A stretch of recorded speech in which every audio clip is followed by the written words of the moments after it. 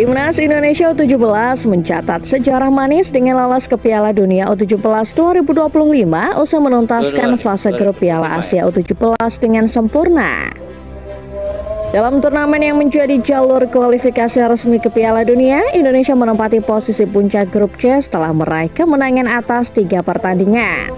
Hasil gemilang ini membawa Garuda Muda melaju ke babak perempat final dan secara otomatis mengamankan 1 tiket ke ajang paling bergengsi di level usia muda.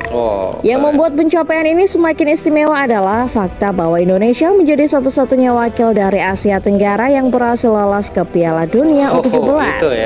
Negara-negara kuat di kawasan seperti Thailand dan Vietnam justru tersingkir di fase grup. Sementara Indonesia yang sejak awal turnamen kerap diremehkan oleh banyak pihak mampu membungkam keraguan lewat kerja keras dan permainan yang disiplin. Starting 11 Moment kali ini akan membahas Timnas U17 yang menggendong Asia Tenggara setelah sebelumnya sempat dianggap remeh. Stay tune. Menjadi salah satu catatan sejarah dunia terbaru, Lur. Timnas Indonesia U17 kita yang dulunya hanya diolok-olok sebagai tim hore di Piala Asia maupun Piala Dunia, kali ini dipercaya menggendong Asia untuk bermain di kancah dunia. Itu sangatlah luar biasa, Lur. Ini adalah catatan sejarah yang sangat luar biasa dari Coach Nova yang telah merubah wajah sepak bola Indonesia menjadi terkenal di dunia. Gimana berita kelanjutannya? Langsung kita cek video sama-sama. Cek it out.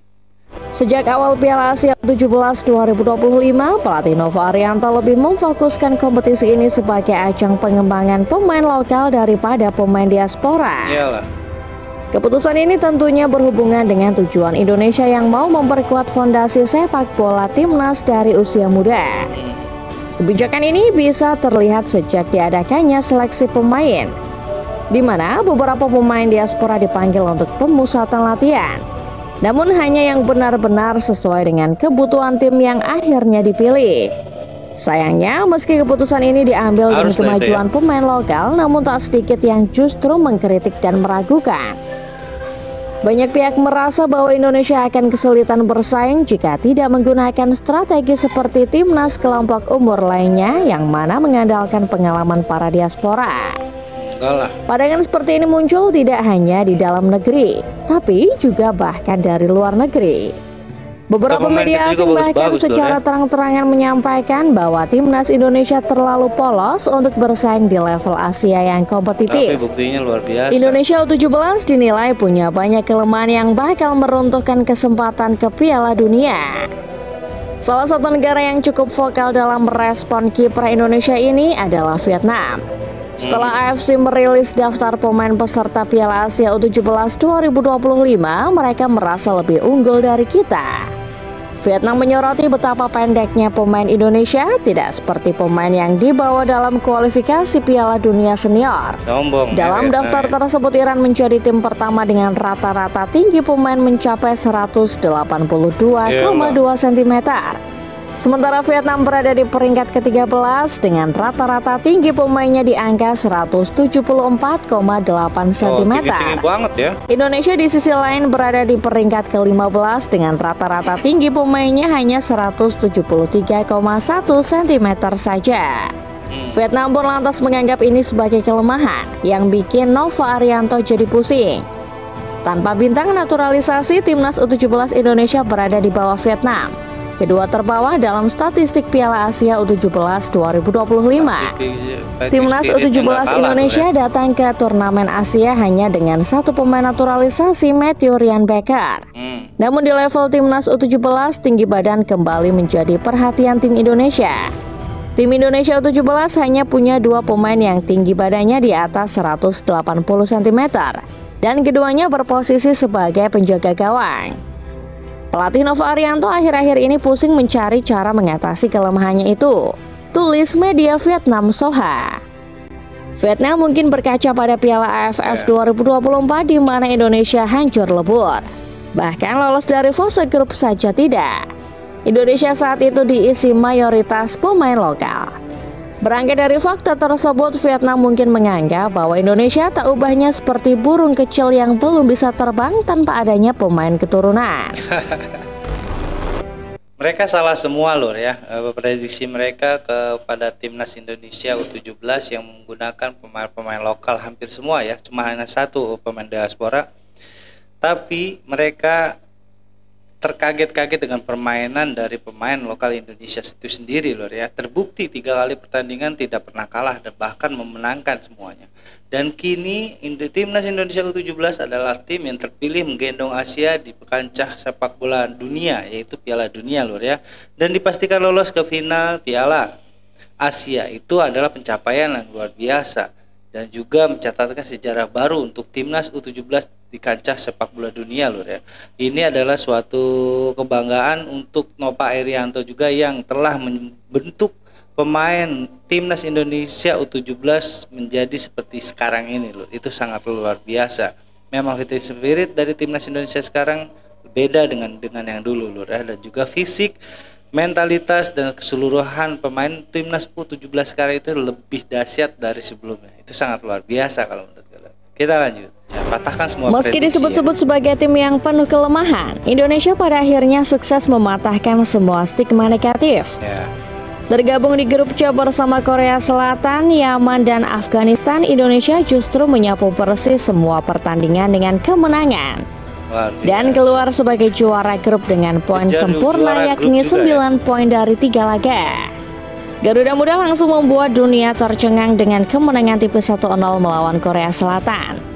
Walau sempat disebut ugly win karena main bertahan total, Indonesia membuktikan kalau kemenangan lawan Korsel bukan karena keberuntungan semata.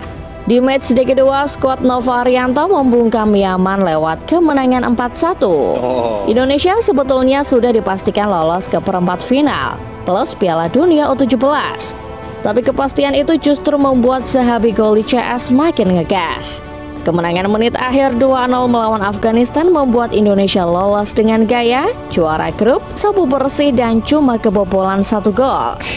Di sisi lain, Vietnam yang sebelumnya sempat menyindir dan meremehkan Indonesia justru harus menelan kekecewaan.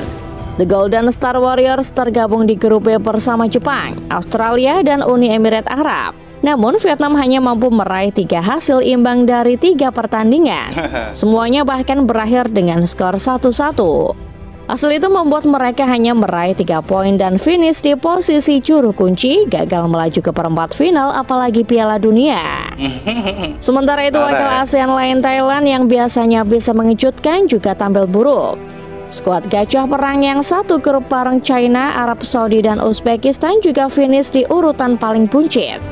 Thailand selalu kalah di grup A hingga membuat Madampang marah dan memecat Jadet Melap selaku pemangku jabatan pelatih kepala Thailand U17.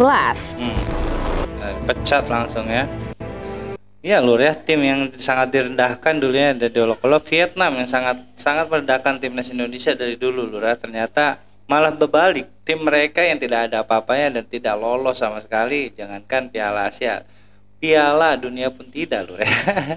Kasihan sekali mereka mengolok-olok timnas Indonesia dan menganggap rendah. Makanya jangan sombong dulu melihat suatu permainan lur. Bertanding dulu baru berbicara, jangan sebelum bertanding mereka sudah berbicara, apalagi sampai merendahkan timnas U17 Indonesia kita. Mereka belum tahu perubahan signifikan dari persepak bola Indonesia ini emang sangatlah dahsyat lur ya, menjadi sorotan dunia. Bahkan jangankan di U17, di seniornya pun di kualifikasi Piala Dunia 2026 pun sangatlah menjadi sorotan lur ya. Makanya tidak bisa dianggap rendah persepak bolaan Indonesia untuk saat ini dan ke depan lur ya, karena memang pelatih-pelatih yang mendidiknya sangatlah berintegritas sekali dan punya skill-skill yang sangat luar biasa kalau menurut gue untuk memajukan persepak bolaan. Kita lanjut lur. Keberhasilan timnas Indonesia U17 sebagai satu-satunya wakil ASEAN yang lolos ke Piala Dunia U17 2025 memicu reaksi luas di kawasan Asia Tenggara. Pasti ya. Satu ASEAN pun ikut heboh menanggapi kabar gembira ini. Media-media dari negara tetangga yang sebelumnya sempat meremehkan, kini justru berbalik memberikan apresiasi terhadap pencapaian Garuda Muda. Pastilah itu ya. Mereka melihat bahwa pencapaian Indonesia bukanlah sebuah kebetulan, melainkan hasil dari konsistensi, kerja keras, dan keseriusan. Media Vietnam yang sebelumnya menyindir Indonesia karena tak memakai banyak pemain diaspora, kini juga malah memberikan pujian. Situs 24 Hours Vietnam menyebut bahwa Indonesia tampil mengejutkan dan pantas lolos ke Piala Dunia. Bahkan, Sahadat.Vian menggambarkan timnas Indonesia U17 sebagai satu-satunya harapan Asia Tenggara yang layak bersinar di panggung dunia. Biasa, ya. Sementara itu, media Malaysia seperti The Vocat dan Malaysia Tribune juga mengangkat berita keberhasilan Indonesia, menyebutnya sebagai tonggak kebangkitan sepak bola regional. Reaksi positif tak hanya datang dari media, tapi juga dari warganet dan pengamat sepak bola ASEAN. Banyak yang mengakui bahwa timnas Indonesia telah menunjukkan potensi besar meskipun sempat diragukan. Thailand dan Filipina yang timnasnya tersingkir lebih awal ikut memberikan dukungan moral kepada Indonesia. Mereka berharap kehadiran Indonesia di Piala Dunia U17 bisa menjadi inspirasi bagi negara-negara ASEAN lainnya dalam membangun fondasi tim usia muda yang lebih kuat.